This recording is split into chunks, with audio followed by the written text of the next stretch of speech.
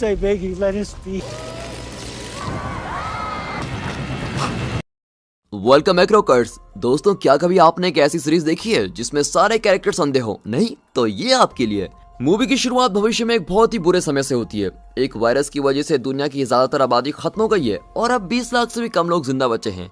Virus के पूरे प्रभाव की वजह से सभी लोग अंधे हो गए हैं और उनके होने वाले बच्चे भी अंधे पैदा होते हैं। और फिर जैसे जैसे समय गुजरता है, चीजों को देख पाने की शक्ति सिर्फ एक कल्पना ही रह जाती है। लेकिन समय के साथ साथ इंसानों की सूंघने और सुनने की शक्ति पहले से बहुत ही ज्यादा बढ़ जाती है, जिसकी मदद से वहाँ पर लोग बिना देखे अपनी जिंदगी को जी रहे होते हैं। लेकिन इस सब की वजह से दुनिया वापस पुराने समय में चली जाती है, जहाँ टेक्नोलॉजी का नाम भी नहीं था। लेकिन कुछ बहुत कम मामलों में माना जाता है कि कुछ लोगों के पास अभी भी देखने की शक्ति है, लेकिन उनको राक्षस कहकर मार दिया जाता है। कैनुसा नाम के शहर को दिखाते हैं, जहां एक रानी रहती है जिसका नाम केन है। केन राक्षसों को ढूंढने वाली सेना की नेता है और साथ ही डैम के ऊपर बने शहर की देखरेख करने वाली भी केन ही है। रानी केन एक बहुत ही धार्मिक औरत है और उसको लगता है कि जिन भी लोगों के पास देखने की शक्ति है वो भगवान की इच्छा के उल्टे हैं और वो राक्षस हैं। फिर वो अपनी शक्तियों का बेरहमी से प्रयोग करती है और आंखों से देख पाने वाली बात को फैलाने वाले लोगों को मरवा देती है। इसके बाद एक बहुत ही बड़े जंगल के बीच एल्कनी जनजाति को दिखाया जाता है। एल्कनी जनजाति का मुखिया एक शूरवीर योद्धा है जिसका नाम बाबा बॉस है। बाबा की पत्नी मागर को जल्दी बच्चे होने वाले हैं और उसका ध्यान उनकी जनजाति में रहने वाली पेरिस नाम की औरत रख रही है। पेरिस वहाँ पर रहने वाली सबसे बड़ी सदस्यों में से एक है, यानी कि बूढ़ी है। फिर दिखाते हैं कि मागरा दर्द में है और अपने पति के लिए चिल्लाती रहती है, लेकिन कुछ बहुत ही जरूरी काम की वजह से बाबा अपनी पत्नी के साथ नहीं हो सकता। अब उनकी जनजाति पर राक्षसों को ढूंढने वाली सेना हमला करने वाली है, क्योंकि उनको लगता है कि मागरा भी एक राक्षस ही है।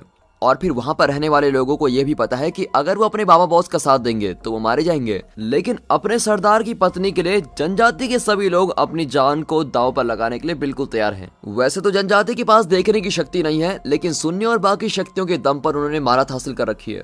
और फिर जनजाति के अनुभवी सदस्य अनुमान लगाते हैं कि दुश्मन की सेना में 200 लोग होंगे और वो खतरनाक हथियारों के साथ हैं जो उनकी तरफ तेजी से आ रहे हैं। और फिर बाबा घोषणा करता है कि वो अपने लोगों को बचाएगा और युद्ध का सींग बजा लेता है और फिर लोगों को प्रोत्साहित भी करता है और अपनी सफलता के लिए वो एक परंपरागत डांस भी करते हैं। अब कहीं और राक्षसों को मारने वाली सेना का मुखिया तेमाक्ती जैन को दिखाते हैं, जो एक बैक्स नाम के आदमी के साथ है। बैक्स भी एल्कनी जनजाति का ही सदस्य है, लेकिन उसके और बाबा के बीच संबंध अच्छे नहीं है, इसीलिए वो मागरा को मारने में दुश्मनों की हेल्प कर रहा है और ऐसा कर वो बाबा को सबक सिखाना चाहता है। बैक्स बताता है कि मागरा कोई साधारण औरत नहीं है। पिछली सर्दियों में मागरा प्रेग्नेंट और जख्मी हालत में उनके समूह के पास एक बर्फ के तूफान से गुजर के आई थी और बाबा ने उसको अपनी पत्नी मानकर उसके बच्चों को गोद ले लिया था। तब से मागरा उन सभी लोगों के साथ रह रही है, लेकिन बैक्स को ये पसंद नहीं है कि बाबा अपनी मनमानी चलाए। फिर बैक्स सेना के सरदार को एक हार देता है जिस पर मागरा को प्रेग्नेंट करने वाले इंसान का नाम लिखा हुआ है और फिर सरदार उसको छूकर बिल्कुल ही हैरान हो जाता है, क्योंकि हार पर जर्मराल नाम लिखा हुआ है और माना जाता है कि पृथ्वी पर वो एक आदमी है जिसके पास देखने की शक्ति है।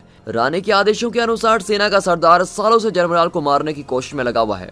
अगर जर्मराल ही मागरा के बच्चे का बाप है तो तिमाक्ती उसको ढूंढने के बहुत ही करीब है और अपनी जिंदगी के इतने बड़े लक्ष्य के पास खुद को पाकर सेना का सरदार बहुत ही खुश हो जाता है और बैक्स से एल्कनी जनजाति की सुरक्षा के तरीकों के बारे में पूछता है। और यहाँ दूसरी तरफ मागरा ने एक बच्चे को जन्म दे दिया है और उसको महसूस होता है कि उसके शरीर में अभी भी एक और बच्चा है और फिर पेरिस उसकी मदद करती है और आखिर में मागरा को एक बेटा और एक बेटी होते हैं। फिर दिखाते हैं कि जंगल की सीमा पर जनजाति के लोगों की सुरक्षा के लिए एक पत्थरों से बनी दीवार बनाई गई है। बाबा और उसके साथी इस दीवार को ढाल की तरह प्रयोग करते हैं और लड़ाई को शुरू करते हैं और ऐसा करके दुश्मन की सेना के बहुत ही लोग मारे जाते हैं और जब सेना उन पर हावी होने वाली होती है तो वो दीवार को तोड़ देते हैं, जिससे दीवार के पत्थर पहाड़ी से नीचे गिरते हैं और दुश्मन की आधी से ज्यादा सेना खत्म हो जाती है। फिर कुछ देर बाद बाबा को महसूस होता है कि राक्षसों को ढूंढने वाली आधी सेना अभी भी नदी के किनारे पर है। वो हमला करने से पहले एक तूफान की गुजरने का इंतजार करते हैं ताकि कबीले के लोगों के पास खुद को तैयार करने का ज्यादा समय न बचे। और फिर बाबा पहली बार अपने बच्चों से मिलता है, लेकिन वो उन बच्चों की भविष्य के बारे में बहुत ही चिंतित है। उनको पता है रानी की बची हुई सेना से मुकाबला करना आसान नहीं होने वाला है। और फिर लोगों की जान बचाने के लिए पेरिस सभी को वहां से एक खुफिया पुल से भाग जाने का सुझाव देती है। सभी मान भी जाते हैं और पेरिस के पीछे पीछे उस पुल की तरफ निकल जाते हैं और जब उन्होंने आधा रास्ता पार कर लिया होता है तो वहां सेना पहुंच जाती है। शुरू में तो सेना को कबीले के लोगों के होने का पता ही नहीं होता, लेकिन जल्दी सरदार को वहां बने पुल का पता लग जाता है और वो बैक्स को उस पुल पर भेज देते हैं। अब बाबा पुल के दूसरे किनारे पहुंच जाता है और बैक्स को बचाने के बाद पुल की रस्सियों को काट देता है। वो बैक्स को अभी भी कबीले का हिस्सा मानकर बचा लेता है और पुल के टूट जाने के बाद वो कबीला भाग जाता है और एक और बार सेना का सरदार हार जाता है। यहाँ एक गार्ड सरदार के हार जाने के समाचार को लेकर रानी के पास पहुंचती है। वो मंदिर जाती है और मंदिर के परिषदों को हार हुई समाचार के बारे में बताती है। और फिर पता लगता है कि जरमराल ने काफी समय पहले रानी की बहन को मार दिया था, इसलिए रानी किसी भी कीमत पर जरमराल को मारना चाहती है। और इसके साथ साथ दृष्टि वाला कोई भी इंसान रानी और उसके लोगों के लिए एक दानव है। अब जैसा कि रानी को जरमराल के 2 बच्चे के बारे में पता चल गया है, तो वो तीनों की जान लेने के लिए सेना के एक और टुकड़ी को सरदार तिमाकती के पास भेज देती है। अब यहाँ दूसरी तरफ कबीला एक जगह पर रुक गया है और मागरा सभी को जरमराल के बारे में बताती है। वो बताती है कि जरमराल की देख पाने वाली शक्ति की अफवाहें बिल्कुल सच हैं। वो धर्म जैसी चीजों में विश्वास नहीं करती है और उसको लगता है कि उसकी दृष्टि दुनिया को बेहतर जगह बनाने में काम आएगी। उसने मागरा को पहाड़ों के बीच में एक ऐसी जगह के बारे में बताया है जिसको कभी भी कोई ढूंढ नहीं सकता, क्योंकि वो जगह एक भूल भुलैया की तरह है। और फिर मागरा सभी को उस जगह लेके जाती है और सभी वहाँ बसने का तय करते हैं। अब बाबा अपने दोनों बच्चों के साथ बाहर आ जाता है और फिर पता चलता है कि उन दोनों बच्चों के पास भी देखने की शक्ति है। अब कुछ समय बाद बाबा अपने बच्चों के साथ जंगल में खाना ढूंढने लगता है और तभी उन पर एक भालू हमला कर देता है। बाबा उसको मारने की बहुत कोशिश करता है, लेकिन वह भालू एक तीर के कारण मर जाता है और तीर चलाने वाला कोई और नहीं बल्कि खुद जरमराल है। अब वो ये जानकर बहुत ही खुश है कि उसके बच्चे सुरक्षित हाथों में हैं। फिर जरमराल बाबा को एक डब्बे के बारे में बताता है जो कि उसको झरने के पास मिलेगा और साथ ही वो बाबा को उस डब्बे की चाबी भी पकड़ाता है और साथ ही बोलता है कि ये डब्बा तब खोलना जब बच्चे 12 साल की उम्र के हो जाएंगे। वो लड़के का नाम कुफुन और लड़की का नाम हनीवा रखने का सुझाव देता है, लेकिन डब्बे में क्या है ये बताने से पहले ही वहाँ से भाग जाता है। अब यहाँ गद्दार बैग्स जंगल में है और वो बाबा को जरमराल का नाम लेते हुए सुन लेता है। उसको कुछ गड़बड़ होने का अंदेशा होता है और इसीलिए वो अपनी आंटी को इस बारे में बताता है। बैग्स के माता पिता को बाबा के आदेश पर मारने की सजा दी गई थी और इस वजह से उसका सारा परिवार बाबा के खिलाफ है। फिर वो शैडो नाम की एक लड़की को चीजों का पता लगाने के लिए किराए पर रख लेते हैं। शैडो कबीले का ही हिस्सा है जो कि अपने गायब रहने की महारत कर जानी जाती है। वो गायब रहने में इतनी अच्छी है कि उसके कबीले में रहते हुए भी लोगों को उसके बारे में कुछ भी पता नहीं चलता। अब रात को मागरा, बाबा और पेरिस जरमराल के बताए डब्बे को खोलते हैं और उसमें उनको एक खिलौने वाली नाव और बच्चों को पढ़ने लिखने के लिए किताबें मिलती है। तीनों को महसूस होता है कि दोनों बच्चे भी देख सकते हैं, लेकिन वो इस बात को छुपा के रखने का तय करते हैं। पेरिस को लगता है कि किताबों में पुराने लोगों और उनकी टेक्नोलॉजी के बारे में ज्ञान हो सकता है और जब बच्चे बड़े हो जाएंगे उनको एक नई दुनिया बनाने के लिए अपने ही एक अलग रास्ते पर चलना होगा। लेकिन मागरा इस बात को लेकर बिल्कुल भी खुश नहीं होती है। वो डब्बों को जमीन में दबाने के लिए बोलती है और कभी भी इस बारे में बात न करने के लिए भी बोलती है और उसका मानना है कि वो बच्चों को हर कीमत पर इस डब्बे पे रखी हुई चीजों से दूर रखना चाहती है। और तभी पेरिस को महसूस होता है कि कोई उन पर नजर रखे हुए है और इसीलिए वो इस बारे में बात करना बंद कर देती है। बाहर शैडो बैग्स को झूठ बताते हुए बोलती है कि बाबा अंदर बस अपने बच्चों के साथ खेल रहा है और बैग्स को इस झूठ का अंदेश लग जाता है और वो अपनी अलग ही योजना बनाने लगता है। वो एक बोतल में अपना संदेश डालकर नदी में फेंक देता है ताकि किसी दिन कोई बोतल सरदार तिमाकती को मिल जाए और ऐसा वो रोज करने का ट्राई करता है। इस सब के दौरान दिखाते हैं कि रानी की सेना अपनी पूरी कोशिश कर रही है कि वो कबीले के लोगों को ढूंढ सके। वो मागरा का पता लगाते हुए बहुत से घरों को जला लेते हैं और काफी लोगों को जान से मार डालते हैं, लेकिन सालों तक ढूंढने के बाद भी उनको मागरा के बारे में कुछ पता नहीं चलता। अब डैम में दिखाते हैं रानी को तिमाकती का संदेश मिलता है जिसपे वो वापस घर आने के लिए कह देता है, लेकिन उस संदेश की अच्छे से जांच करने पर उसको पता लग जाता है कि संदेश में कुछ फेरबदल किया गया है और जांच करने पर उसको पता लगता है कि राज्य के लोग उसके शासन के तरीकों से खुश नहीं है। डैम की हालत बहुत ही बेकार हो रही होती है, लेकिन रानी अपने लोगों के बारे में सोचने की जगह राक्षसों को पकड़ने पर ज्यादा ध्यान दे रही होती है और इस वजह से ही शहर के 2 परिषदों ने तिमाकती के संदेश को बदल दिया और रानी को मारने की योजना बनाई है। लेकिन बाद में उसी दिन रानी उन दोनों को छत से टांगकर बिजली से जलाकर मार डालती है। अब धीरे धीरे कुफुन और हनीवा बहुत ही बड़े हो रहे होते हैं। वो अपनी देखने की शक्ति को छुपा कर रखते हैं, लेकिन वो दोनों अपने कबीले और उसमें होने वाली चीजों को उस तरीके से देख पा रहे होते हैं जैसा किसी ने आज तक सोचा भी नहीं था। और ऐसा होते होते अब 12 साल गुजर जाते हैं और अब वो समय आ गया है जब दोनों बच्चों को किताबें दी जानी है।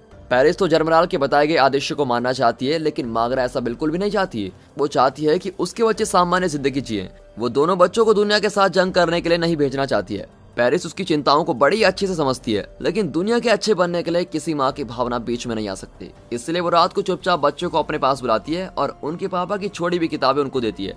शुरू में वो अपनी माँ के खिलाफ जाने से मना कर देते हैं और वहाँ से चले जाते हैं, लेकिन कुछ समय बाद वो इस बारे में बात करते हैं और किताबों को पढ़ने की कोशिश करते हैं। बाहर बाबा उनकी बातें सुन रहा होता है, लेकिन वो दोनों बच्चों को अपना रास्ता चुनने का पूरा हक देता है। वो पेरिस से बच्चों के बारे में बात करता है और मागरा से किताबों के बारे में छुपा के रखने का ट्राई करता है, क्योंकि उनको पता है कि अगर मागरा को इस बात का पता चल जाएगा तो वो सभी किताबों को जला देगी अब अगले कुछ महीनों तक रोज बच्चे अपनी माँ से छुपकर शब्दों को पढ़ना सीखते हैं और कुछ समय बाद वो पूरे एक वाक्य को पढ़ रहे होते हैं, जिसकी मदद से उनको पुराने समय के बारे में बहुत ही ज्ञान मिलता है। अब नदी के किनारे एक छोटी बच्ची को एक बोतल मिलती है और ये वही बोतल में से एक है जिसमें बैक्स सरदार तिमाकती को संदेश भेजता है। अब बहुत समय तक जरमराल को ढूंढते हुए नाकाम होने के बाद सरदार तिमाकती वापस घर जाना चाहता है और वो अपनी रानी के सामने घुटने टेक कर कहता है कि वो अपने साथ 100 से ज्यादा घोड़े, बहुत सारा अनाज और ऐसी बहुत सी चीजें लेकर आया है जो कि राज्य में रहने वाले लोगों के लिए बेहद जरूरी है। लेकिन वो कहता है कि जिस काम के लिए उसको भेजा गया था वो उसमें नाकाम रहा और वो ये भी कहता है कि वो इसकी सजा पाने के लिए बिल्कुल भी तैयार है।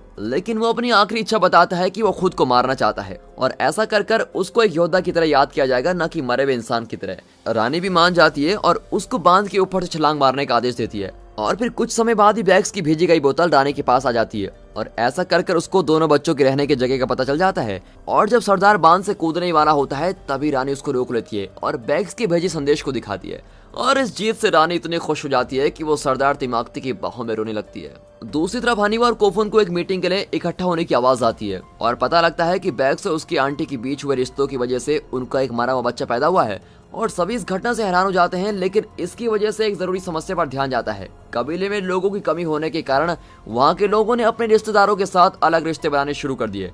पेरिस को लगता है कि उन्हें दूसरे कबीलों के त्योहारों में जाकर उनसे जान पहचान बढ़ानी चाहिए और बाबा इस बात को लेकर उलझन में है क्योंकि वो कबीलों को छुपा कर रखना चाहता है। लेकिन जब सभी लोग पेरिस का साथ देते हैं तो बाबा को इस बात को मानना ही पड़ता है। अब बाबा अपने बच्चों को वहीं रहने को बोलता है और सभी गांव के लोगों को अपने पुरानी पहचान को छुपाए रखने को बोलता है और इस तरह से वो अपने घरों को रानी की सीमा से बचा सकते हैं। बाबा मागरा और कबीले के सभी लोगों के जाने के बाद कोफून और हनीवा उनका पीछा कर रहे होते हैं और फिर वो रात को एक बाजार जैसी दिखने वाली जगह पर रुक जाते हैं जहां बहुत सारे लोग त्योहार को देखने के लिए इकट्ठा हुए हैं और कुछ समय में पता लग जाता है कि ये त्योहार दृष्टि वाले लोगों को जलाकर मारने के लिए मनाया जा रहा है और बहुत सारे अंधे लोग जिन पर दृष्टि होने का झूठा आरोप लगाया गया है उनको आग में डालने के लिए बांध दिया गया है और एक पुजारी उनको राक्षस बोलकर उनके ऊपर आग लगा देता है। और वहाँ हनीवा और कोफून भी इस तरीके से बिहेव करते हैं जैसे वो भी अंधे हैं। वो लोगों को आग के चारों तरफ घूमते और एक दूसरे को प्यार करते हुए देखते हैं। पेरिस और मागरा भी इस दृश्य को महसूस करती हैं। पेरिस बोलती है कि वैसे तो लोग रानी की सेना से बचे हुए हैं लेकिन रानी की सोच बहुत ही जल्दी फैल रही है और लोगों को राक्षस बना रही है। लेकिन कोफून ये सब देख नहीं पाता और वहाँ सभी लोगों को छोड़कर दूर चला जाता है और जब कोई आसपास नहीं होता तो वहाँ आकर कोई उसका अपहरण कर लेता है। सिर्फ कोफून ही नहीं बल्कि बहुत सारे बच्चों को बेचने के लिए उठा लिया गया है। और फिर हनीवा अपने भाई के न मिलने पर जल्दी से जाकर अपने माँ बाबा के पास जाती है और फिर कोफून को ढूंढने के लिए एक समूह बनाया जाता है जिसमें बाबा, मागरा, पेरिस और हनीवा और भी कई लोग हैं। और इस सब के दौरान बच्चों को बेचने वाले लोग सभी बच्चों के साथ होते हैं और उनका हाथ और मुंह बंद कर उनको एक दूसरे शहर में लेके जा रहे हैं। अब 1 घंटे बाद वो एक बिल्डिंग में पहुंच जाते हैं जहां सभी के हाथों को खोल दिया जाता है और जमीन पर बिठा दिया जाता है। फिर बाबा और उसके साथी कुछ समय पहले जलाई गई एक लकड़ी के पास पहुंचते हैं और समझ जाते हैं कि बच्चों को ले जाने वाले लोग वहां कुछ समय पहले रहे होंगे। अब इस बात का उनको पक्का पता नहीं होता लेकिन तभी हनीवा का ध्यान उसके भाई के लिखने के संदेश पर जाता है और उस संदेश में उसने निशानों का पीछा करने को कहा होता है। और जब हनीवा सभी लोगों को इस बारे में बताती है तो मागरा बिल्कुल ही हैरान हो जाती है। मागरा हैरानी में हनीवा से पूछती है कि तुम कैसे जानती हो कि उसने कोई निशान छोड़ा है, क्या तुम्हें पढ़ना आता है? और फिर उसको आखिरकार पता ही लग जाता है कि उसके दोनों बच्चे पढ़ना जानते हैं। मागरा अब गुस्से में है लेकिन उसके लिए जरूरी यह है कि वो अभी अपने बच्चों को ढूंढे। बाबा और उसके साथी भी उस बिल्डिंग में पहुंच जाते हैं जहां कोफून और बाकी बच्चों को नौकर बनाने के लिए रखा हुआ है। बाबा सभी को वहीं रहने को बोलता है और खुद अकेले अंदर जाता है। हनीवा उसके साथ आने के लिए जिद करती है लेकिन बाबा नहीं चाहता कि हनीवा उसके दुश्मनों के सामने आए और बाबा के रूप को देखे। बाबा की आधी जिंदगी ऐसे ही लोगों को मारने में निकली है और इसलिए वो नहीं चाहता कि उसकी बेटी ऐसा करते हुए उसको देखे। वो चुपचाप पहरा करते हुए इंसान पर हमला करता है और उसको बाकी पकड़े हुए बच्चों के पास ले जाने के लिए बोलता है। कोफून उनको आते हुए देख लेता है और अपने पापा को चेतावनी देने के लिए आवाज निकालता है। उसके पापा आवाज को सुन लेते हैं और फिर वो एक जानवर की तरह लड़ने लगता है और सभी अपहरण करने वाले लोगों को एक एक करके मार डालता है। लड़ाई के खत्म होने के बाद उसका बेटा भी उसको पहचान नहीं पाता और आखिर में बाबा गैंग के मुखिया को पकड़ लेता है और उसके गले में मारकर उसको जान से मार डालता है। अब इस तरह आखिरकार कोफून अपनी माँ से मिलता है जो उसको मिलते ही गले लगा लेती है। लेकिन अपनी जिंदगी की इतनी बड़ी चीज उसकी माँ से छुपाने के लिए उसकी माँ उसको अपने से दूर कर लेती है। और जब वो गांव पहुंचते हैं तो दोनों बच्चे अपनी माँ से माफी मांगते हैं और बोलते हैं कि उनको दी गई किताबों के हिसाब से किसी दिन उन दोनों को बहुत ही दूर जाना होगा अब मागरा बड़ी भावुक होकर उनको गले लगा लेती है और समझ जाती है कि उन दोनों की अलग ही दुनिया है। बाहर बाबा एक कुत्ते को भौंकते हुए सुन लेता है और महसूस करता है कि उनकी तरफ रानी की सेना आ रही है और फिर गांव की तरफ आते हुए सेना दिखाई देती है। इसके दौरान मागरा एक छोटी थैली निकालती है जिसके अंदर कुछ जरूरी चीजें होती हैं और इससे पहले कि वो थैली अपने बच्चों को दे पाती, सेना के हमला करने के बाद कबीले में पहुंच जाती है और बैग्स सभी कबीले वालों से बोलता है कि मागरा को हमको रानी के पास देना होगा तभी हम बच पाएंगे। अब कोफुन गुस्से में स्थिति का फायदा उठाते हुए बैग्स को बंदी बना लेता है और फिर बैग्स का प्रयोग करके कोफुन और उसका परिवार गांव से दूर चला जाता है। उसके पीछे पीछे शैडो भी आती है जो कि उनके सफर में उनका साथ देना चाहती है और जब बाबा और उसका परिवार काफी दूर पहुंच जाता है, हनीवा बैग्स को मारना चाहती है लेकिन कोफुन उसको जाने देता है क्योंकि वो दिखाना चाहता है कि वो लोग राक्षस नहीं है जैसा कि उनको समझा जाता है। और जब सभी वहां से चले जाते हैं तो बैग्स वापस गांव में जाकर सेना के मुखिया तिमाक्ती को उनके भागने के बारे में बताता है। सेना पूरे गांव को चाकू की नोक पर रखती है और तिमाक्ती बोलता है कि कोफुन और हनीवा के नाम मिलने तक गांव के सभी लोगों को राक्षस माना जाएगा।